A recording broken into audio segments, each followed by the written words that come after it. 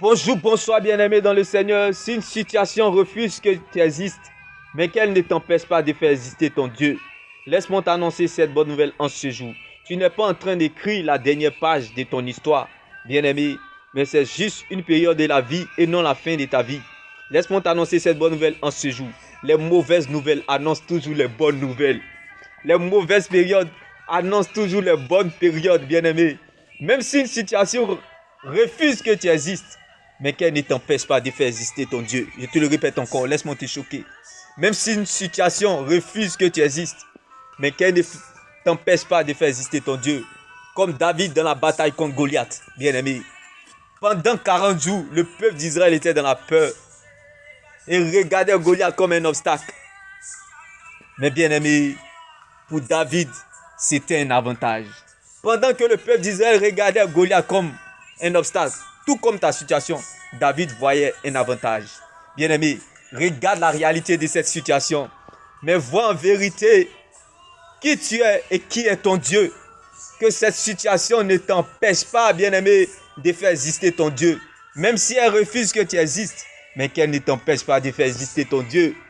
Car la Bible pouvait nous le dire, bien-aimé, la parole de Dieu, c'est la seule terre solide sur laquelle nous pouvons nous tenir. La parole de Dieu est le médicament qui donnera la santé à notre destinée.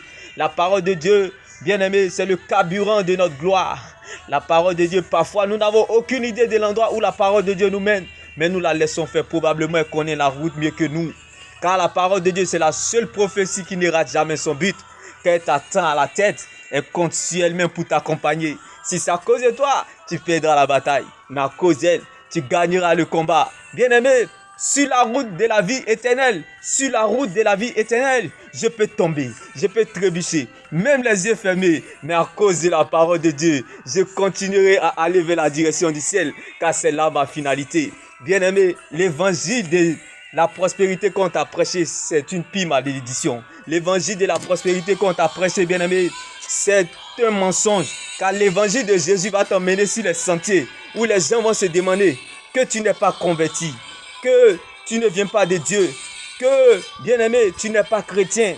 Car le grand Dieu que nous connaissons, le grand Dieu que nous adorons, le grand Dieu que nous servons, ne peut pas te permettre d'être dans cette situation. Oui, bien-aimé, sache que ce que les gens disent, c'est important, mais cela n'a pas de valeur. Car ce qui a de la valeur, c'est ce que tu es. Tu es ce que tu deviendras. Tu ne deviendras pas autre chose que ce que Dieu a planifié, programmé, décidé. Bien-aimé, les gens peuvent parler, mais il y a une seule parole dont la parole est éternelle qui accomplit tout ce qu'elle dit, qui est la parole de Dieu. Focalise-toi sur elle. Crois en elle, elle te mettra à l'aise et te fera du bien. Car la Bible pouvait nous le dire, bien-aimé. C'est ton attitude de cœur qui détermine la qualité de ta vie, bien-aimé. Laisse-moi t'annoncer cette bonne nouvelle en ce jour, bien-aimé. C'est ton attitude qui détermine ce que tu deviens, bien-aimé. Ce n'est pas les circonstances qui déterminent ce que tu es, mais plutôt c'est ton attitude de cœur qui détermine ce que tu deviens. Bien-aimé, ce n'est pas la condition de vie qui détermine ce que tu es, mais plutôt c'est la parole de Dieu qui conditionne ta vie. Laisse-moi t'annoncer cette bonne nouvelle en ce jour, bien-aimé. Celui qui a fait le testament est vivant. Il dit à quelqu'un, si ta parole ne faisait pas ma joie, Jésus, dans mon malheur, je serais déjà mort. Je ne sais pas si l'espérance en la parole de Dieu fait vivre, mais moi, elle m'empêche de mourir. S'il y a quelque chose qui peut m'empêcher de mourir sur la terre, c'est d'espérer en la parole de Dieu. Bien-aimés, croyez sans l'avoir vu et vous les verrez s'accomplir. Car le même Dieu qui promet, c'est aussi le même Dieu qui accomplit. Bien-aimés, quand on compte sur Dieu, quand on dépend de sa parole, on ne s'attend pas à la facilité, mais on se sent à l'aise dans l'épreuve. Il dit à quelqu'un en ce jour, celui qui a fait le testament est vivant. Bien-aimé, laisse-moi t'annoncer cette bonne nouvelle. Certes, tu as perdu la bataille et non le combat. Car bien-aimé, tes batailles d'aujourd'hui te préparent à tes combats futurs. Il dit à quelqu'un en ce jour, combattu mais jamais abattu, car Dieu répond toujours. Car la vie chrétienne n'aime pas la pression. La femme au dos courbé a fait 18 ans dans l'église, bien-aimée. Elle est restée à son poste. Elle n'a pas fait de cela son malheur. Je ne connais pas pour toi. Je ne sais pas là où tu te situes. Je ne sais pas combien de temps tu attends. Mais laisse-moi t'annoncer cette bonne nouvelle en ce jour. Comme à la femme au dos courbé, bien-aimée. Fini n'est jamais fini en Jésus. Là où on s'y attend le moins, c'est là le temps voulu de Dieu. La vie chrétienne, bien-aimée, n'aime pas la pression. La vie chrétienne ne se précipite pas. La vie chrétienne ne force pas les choses. Ce n'est pas une compétition. Ce n'est pas un concours, bien-aimé.